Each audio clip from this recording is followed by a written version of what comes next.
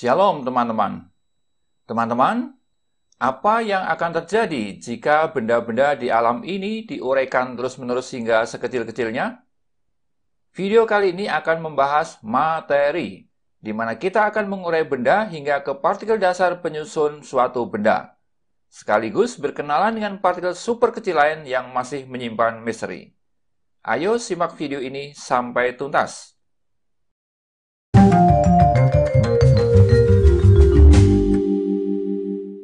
Fisika. Materi. Apakah itu materi? Materi didefinisikan sebagai segala sesuatu yang memiliki massa dan menempati ruang. Sedangkan massa adalah besaran yang menyatakan jumlah materi suatu zat atau benda. Lalu istilah menempati ruang memiliki pengertian bahwa zat atau benda itu memiliki volume tertentu. Perhatikanlah air yang berada dalam sebuah gelas. Air itu tentunya memiliki massa. Teman-teman bisa membuktikannya dengan cara menimbang.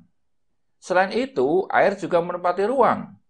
Dalam hal ini, ruang yang dimaksud tentu saja isi gelas itu sendiri, di mana air itu berada.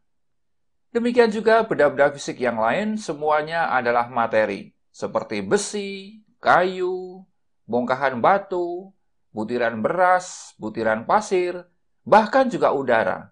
Udara walau massanya sangat kecil, tetaplah disebut materi. Oh iya, sebagai catatan, harap teman-teman membedakan pengertian massa dengan berat ya.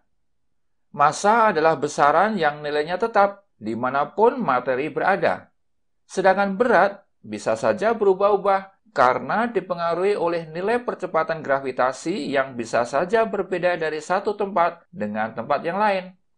Itulah beberapa definisi yang teman-teman harus pahami ya. Kemudian, secara elementer, materi tersusun oleh partikel-partikel sangat kecil yang dinamakan atom. Atom berasal dari kata atomos yang berarti tak bisa dibagi lagi. Ilmuwan Inggris bernama John Dalton pada tahun 1809 mengemukakan teori atomnya yang sekaligus menandai dimulainya studi ilmiah tentang atom secara lebih mendalam. Teman-teman, teori Dalton ini di kemudian hari terbukti tidak tepat. Ya, karena memang segala sesuatunya masih sangatlah sederhana. Dalton menyatakan bahwa materi tersusun atas bagian-bagian yang sangat kecil yang dinamakan atom. Begitu kecilnya ukuran atom ini, sehingga atom tidak bisa dilihat dengan mata telanjang maupun dengan mikroskop biasa. Pada tahun 1886, seorang ilmuwan bernama Eugene Goldstein berhasil menemukan partikel subatomik yang kemudian diberi nama proton. Penemuan ini dilakukan melalui percobaan yang dinamakan percobaan tabung sinar katoda. Lalu di tahun 1897, ilmuwan bernama Joseph John Thomson menemukan partikel subatomik lain yang kemudian diberi nama elektron. Penemuan proton dan elektron tersebut memiliki arti yang sangat penting, yang kemudian memberi banyak gagasan tentang berbagai model atom yang muncul di kemudian hari. Sehingga di tahun 1897 itu juga, Joseph John Thomson mengemukakan model atomnya yang sudah menyertakan keberadaan elektron dan proton tersebut. Model atomnya dikenal dengan model atom roti kismis. Tahun 1908, ilmuwan bernama Ernest Rutherford menemukan inti atom melalui percobaan yang disebut hamburan sinar alfa. Lalu, Rutherford pun merumuskan model atomnya. Ia menggambarkan atom sebagai inti bermuatan positif sebagai pusatnya yang dikelilingi oleh elektron-elektron yang bermuatan negatif. Tahun 1913, ilmuwan bernama Niels Bohr menyatakan bahwa ya, memang ada benarnya apa yang disampaikan Rutherford. Namun dalam hal ini, Bohr lebih tajam lagi dengan menjelaskan bahwa elektron-elektron ternyata bergerak menurut lintasan-lintasan dengan tingkat energi yang berbeda-beda. Tidak berhenti di sini, teman-teman. Teori atom masih berkembang terus. Erwin Schrödinger pada tahun 1926 mengembangkan model atom yang dinamakan model atom mekanika kuantum. Berdasarkan model ini, atom terdiri dari inti yang bermuatan positif yang dikelilingi oleh awan-awan elektron. Dan tahukah teman-teman, model inilah yang bertahan hingga saat ini. Kemudian di tahun 1932, Ditemukan lagi partikel subatomik baru yang selanjutnya dinamakan neutron. Penemuan ini dilakukan oleh ilmuwan bernama James Chadwick. Nah, lalu yang lebih canggih lagi nih teman-teman. Pada tahun 1964, duet ilmuwan bernama Murray Gell-Mann dan George White mengemukakan bahwa ternyata proton dan neutron tersusun atas partikel yang lebih kecil lagi.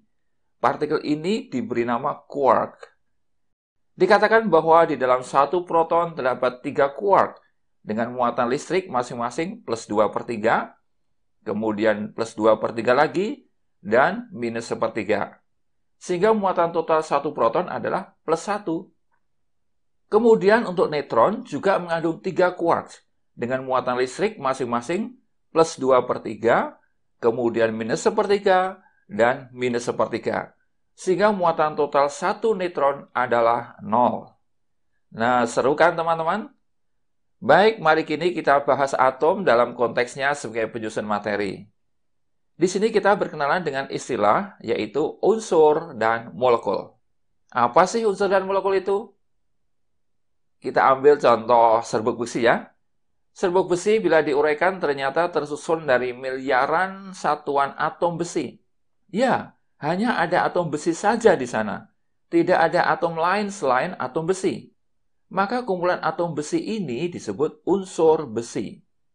Jadi secara singkat, unsur adalah sekumpulan atom-atom sejenis yang terikat secara kimiawi membentuk zat murni.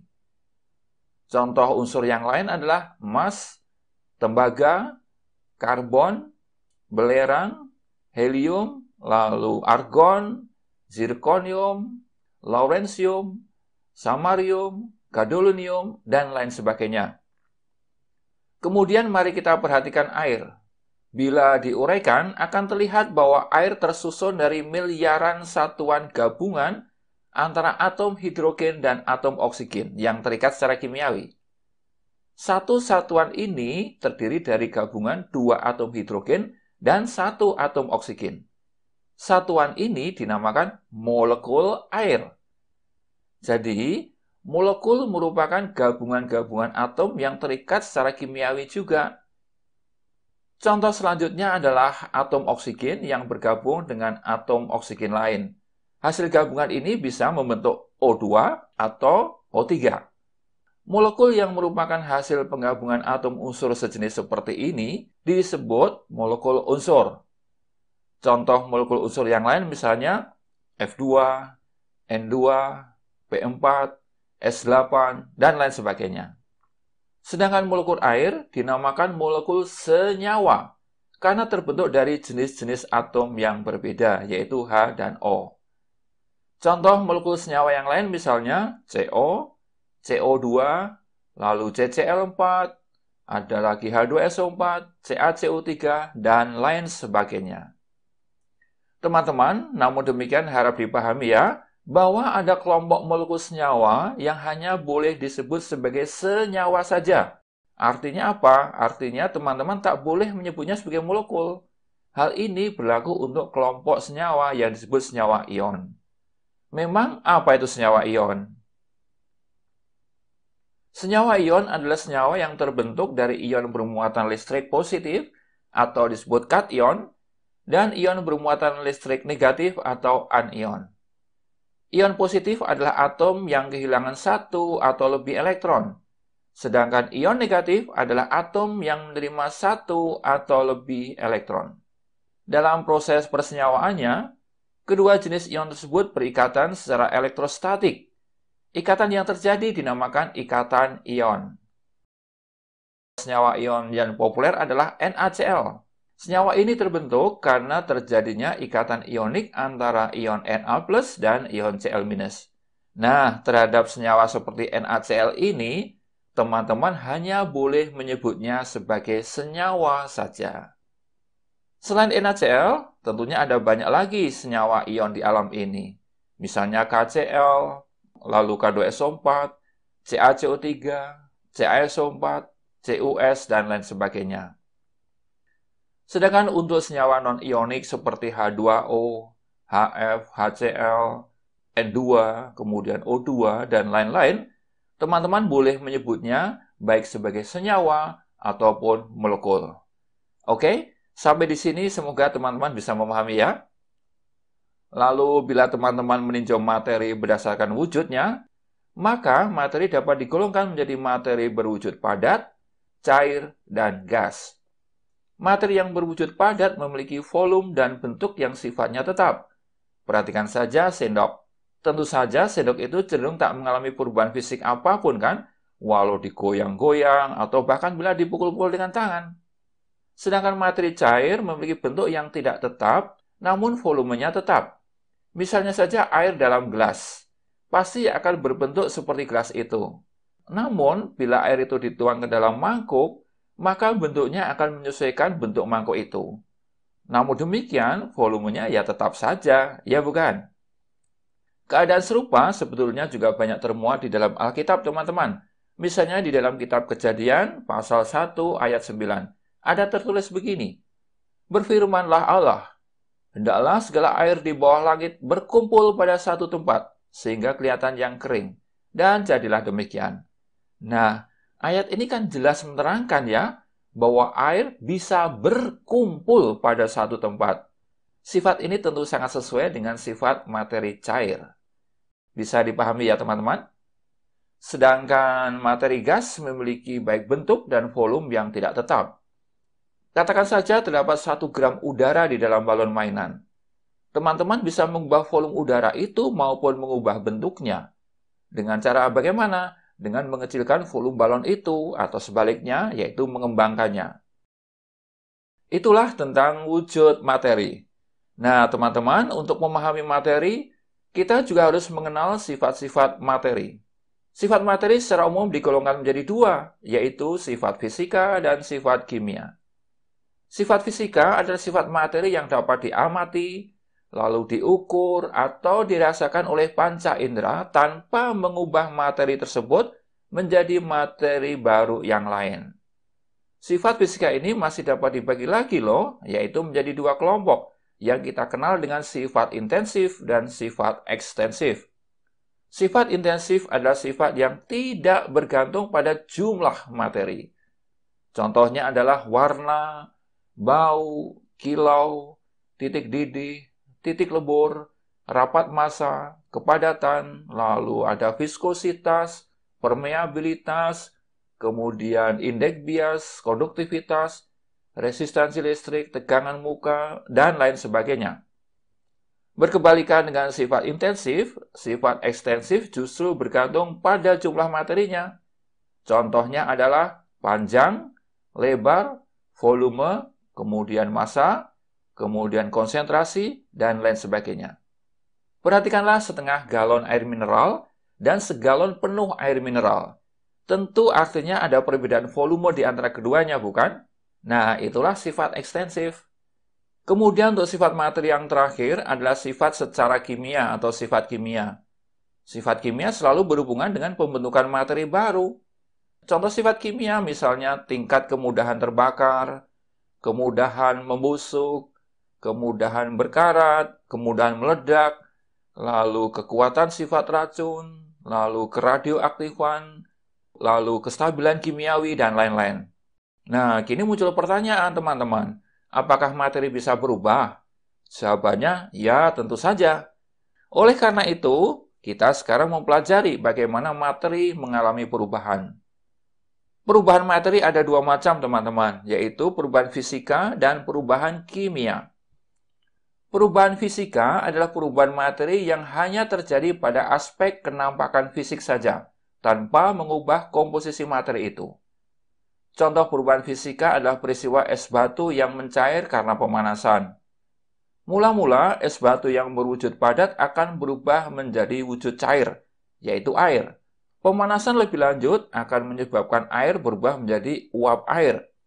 Namun, tahukah teman-teman, baik es batu, kemudian air, maupun uap, pada hakikatnya tetaplah air yang sama, atau H2O. Begitu ya? Contoh perubahan fisika yang lain, misalnya garam kasar yang digerus menjadi halus, kemudian kapur barus yang menguap, lalu kabut pagi yang mengembun, dan lain sebagainya. Nah, sedangkan perubahan kimia adalah perubahan yang melibatkan perubahan sifat-sifat kimia materi sehingga menghasilkan materi yang baru. Mengapa menghasilkan materi baru? Ya, karena materi baru yang terjadi memiliki struktur molekul yang berbeda terhadap materi sebelumnya.